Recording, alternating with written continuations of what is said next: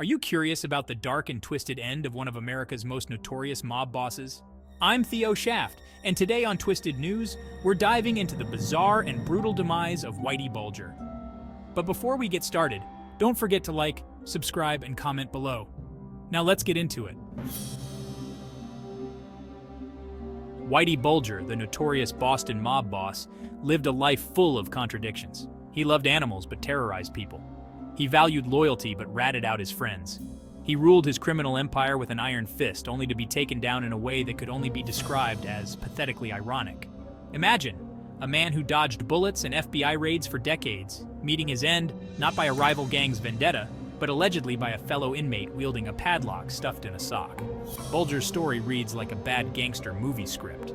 You've got your classic rise to power, your betrayals, your narrow escapes. But the ending? It's more Coen brothers than Coppola. You almost expect a tumbleweed to roll past as you hear about the makeshift weapon and the swift, brutal end in a prison bathroom. It's enough to make even the most hardened cynic crack a smile. But let's be clear, there's nothing funny about violence, especially not in the brutal way Bulger met his end. However, there's a certain dark comedy in the sheer absurdity of it all. This was a man who instilled fear in the hearts of many, a man who seemed untouchable. And yet his life ended in a way that was as unceremonious as it was violent. It's a stark reminder that even the most powerful figures can be brought down by the most unexpected means. According to a New York Times article, Bulger was found unresponsive in his cell at the Hazelton Penitentiary in West Virginia. The Boston Globe reported that Bulger had been transferred to Hazelton just hours before his death, raising questions about the timing and circumstances. The Washington Post later revealed that a fellow inmate, Fotios Freddy Gaius, was charged in connection with Bulger's death. The investigation into his death has been a topic of intense scrutiny, with many speculating about the true motives behind the attack. Bulger's life was a testament to the fleeting nature of power. He spent years evading the law, only to be captured and spend his final years behind bars. He was a master manipulator, yet he was betrayed by those he trusted most. He ruled through fear, but it was fear that ultimately consumed him. It's a story as old as time itself. The mighty fall, the hunter becomes the hunted, and the guy who puts a padlock in a sock becomes the unexpected protagonist of our story. Bulger's demise, in all its brutal irony, serves as a stark reminder that the walls of justice, though often slow to close in, have a funny way of eventually catching up. It's also a stark reminder of the brutal realities of prison life, a place where violence simmers beneath the surface, where even the most hardened criminals are vulnerable. Bulger's death, while shocking, was a grim reminder of the dangers that lurk within the American prison system. And let's not forget the sheer audacity of it all. A padlock in a sock? It sounds like something out of a Looney Tunes cartoon. You'd think that with all the sophisticated weaponry available in this day and age, someone would have come up with a more dignified way to dispatch a mob boss. But then again, maybe there's a certain poetic justice to it all. The circumstances surrounding Bulger's death, while tragic, offer a darkly humorous glimpse into the law of unintended consequences. This was a man who lived his life outside the lines, only to be confined within the rigid structure of the penal system. The man who once held court in dimly lit backrooms, dictating the fate of others, found himself at the mercy of the very world he helped create.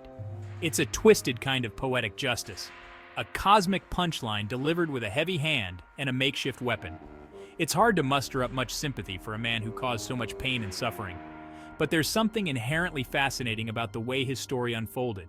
It's a story that speaks to our collective fascination with crime and punishment, with the rise and fall of empires, with the thin line that separates order from chaos.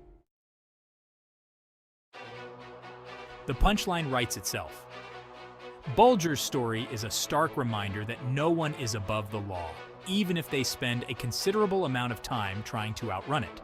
It's a story about power, betrayal, and the inevitability of fate, all wrapped up in a blood-soaked package and tied with a string of dark humor. It's tempting to view Bulger's demise as a victory, a triumph of good over evil. But the reality is far more complicated. His death doesn't erase the pain he caused or bring back the lives he destroyed. It doesn't change the fact that he lived a life of violence and intimidation, leaving a trail of broken lives in his wake. The truth is, there are no winners in a story like this. Only survivors, victims, and a whole lot of collateral damage. But perhaps, in the absurdity of it all, in the sheer improbability of a career criminal meeting his end at the business end of a sock, we can find a sliver of dark humor. Bulger's legacy, a laugh and a shrug. In the end, Whitey Bulger's legacy is a complicated one. He was a ruthless criminal, a master manipulator, and a man who instilled fear in the hearts of many. Yet there's also a strange sense of fascination that surrounds him, a morbid curiosity about the man who managed to evade justice for so long. Perhaps it's the sheer audacity of his crimes, or the almost mythical status he achieved in certain circles. Or maybe it's the fact that his story, with all its twists and turns, reads like a Hollywood screenplay. Whatever the reason, Bulger's life and death continue to captivate our collective imagination.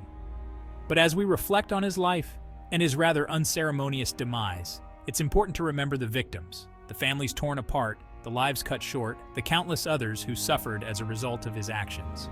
Their stories, unlike Bulger's, are not the stuff of legends or late-night talk show monologues. They are stories of pain, loss, and the enduring human cost of violence. So let's have a chuckle at the absurdity of it all, at the sheer irony of a man like Whitey Bulger meeting his end in such a mundane yet brutal fashion. But let's also remember that behind every punchline, there's a story. And behind every story, there are real people whose lives have been irrevocably changed.